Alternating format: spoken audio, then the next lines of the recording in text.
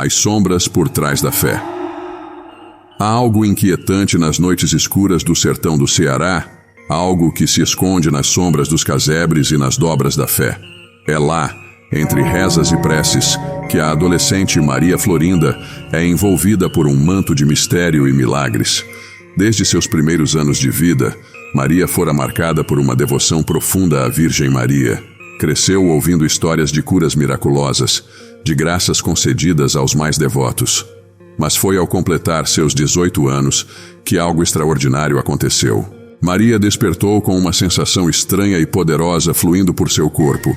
Um brilho celestial irradiava de seus olhos, e uma presença divina parecia guiá-la. Seu dom de cura era incrível, e em pouco tempo a notícia se espalhou. Entretanto, nem todos acreditavam nela.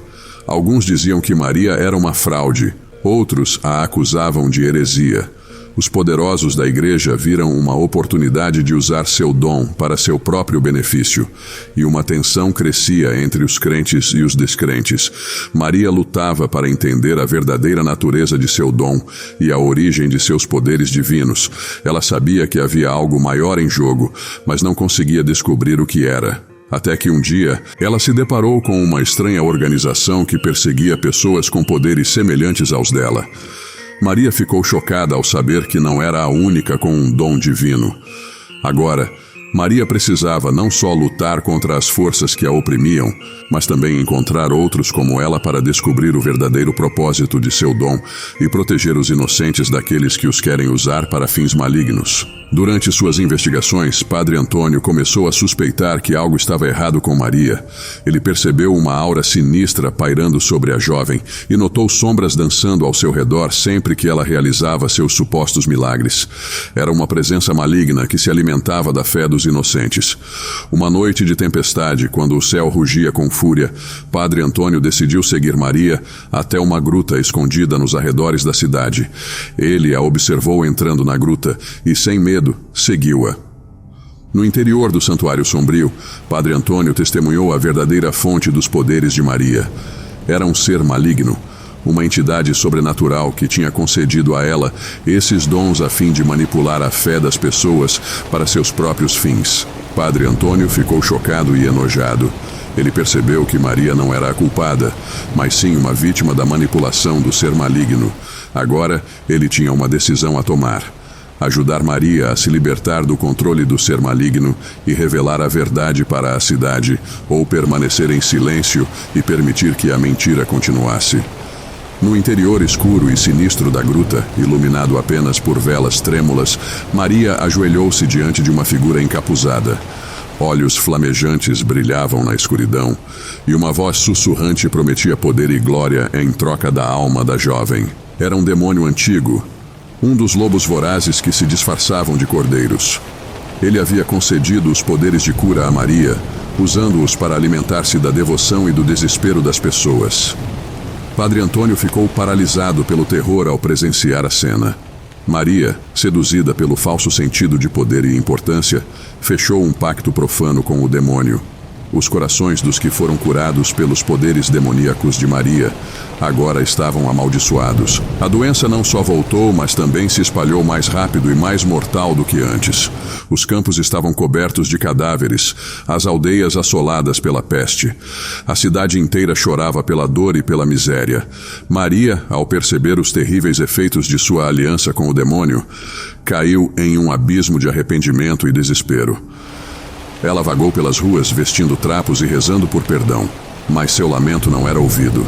A pobre moça sentia na pele aquele momento que era exatamente o oposto da fé.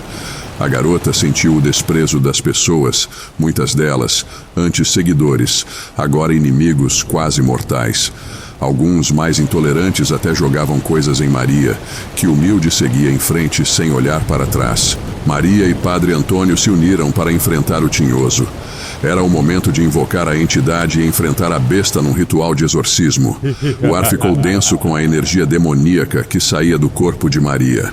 Padre Antônio não vacilou e, apesar do medo, mergulhou no combate contra as forças do mal. Sua cruz reluzia com uma luz intensa, repelindo as garras do demônio que tentavam puxar Maria para as trevas. Jesus Cristo, protege-me e defende-me com o poder de tua divina graça, e a Virgem de Nazaré me cubra com o sagrado e divino manto, protegendo-me em todas as minhas dores e aflições. Deus, com sua divina misericórdia e grande poder, seja o meu defensor contra a maldade e perseguição de meus inimigos.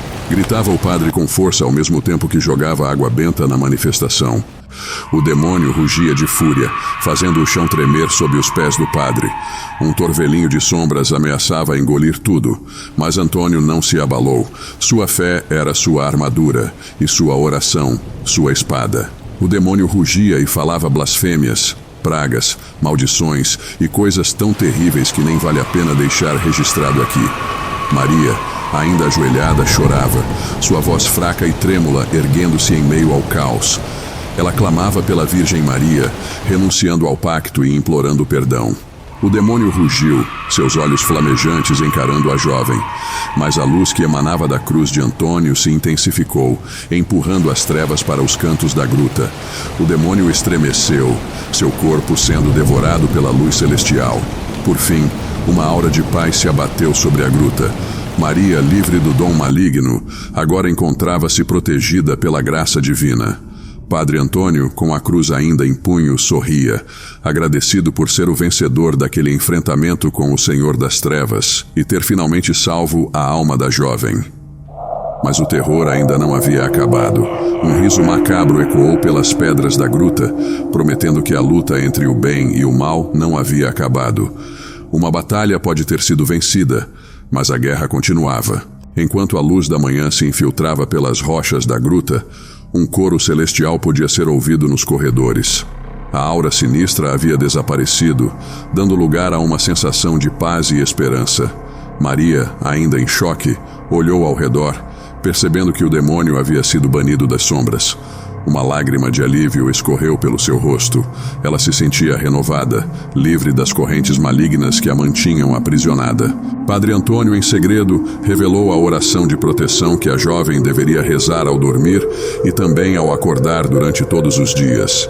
Nos próximos 7 anos, Jesus Cristo, protege-me e defende-me com o poder de tua divina graça, e a Virgem de Nazaré me cubra com o sagrado e divino manto, protegendo-me em todas as minhas dores e aflições.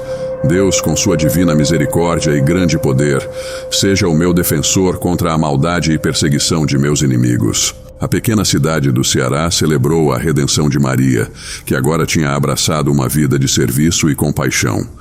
Ela passava seus dias cuidando dos necessitados, trazendo esperança e amor a todos ao seu redor. A igreja, por sua vez, guardava os ensinamentos dessa história em seu coração. Ela havia aprendido que, mesmo em meio à fé, devemos estar sempre alerta para não deixar que falsas promessas e ilusões de poder nos levem à perdição. A história da adolescente que havia despertado poderes divinos, caído nas garras do mal e emergido redimida, tornou-se uma lenda em todo o sertão do Ceará. As pessoas contavam essa história em torno das fogueiras, uma lembrança constante do poder da fé e da redenção, mesmo diante das mais terríveis trevas. Maria, agora uma mulher sábia e amada por todos, olhava para as estrelas noturnas e se perguntava se os mistérios que ainda cercavam sua história algum dia seriam revelados. Apenas o tempo diria o que o futuro lhe reservava, e assim, no silêncio da noite, as sombras dançavam em meio às ruínas da gruta, esperando por uma nova oportunidade de despertar.